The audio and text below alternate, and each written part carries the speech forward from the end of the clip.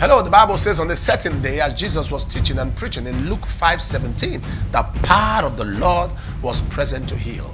Miracles are real. Miracles happen. They are real. Join me on Saturday on the 29th of the month of May as I'm going to be laying hands and praying for the sick in the program tag Jehovah the Doctor. Be with me on the 29th of the month of May by 12 noon as we pray for the sick. Are you bound? Are you blind? Are you deaf? Are you dumb? Are you paralyzed?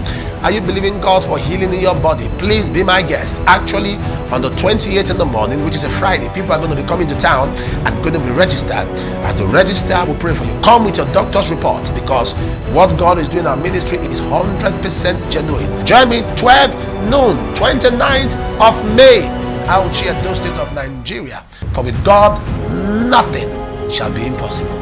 I'll see you in Jehovah the Doctor. Jehovah the Doctor service with Apostle Johnson Suleman. Receive your miracle.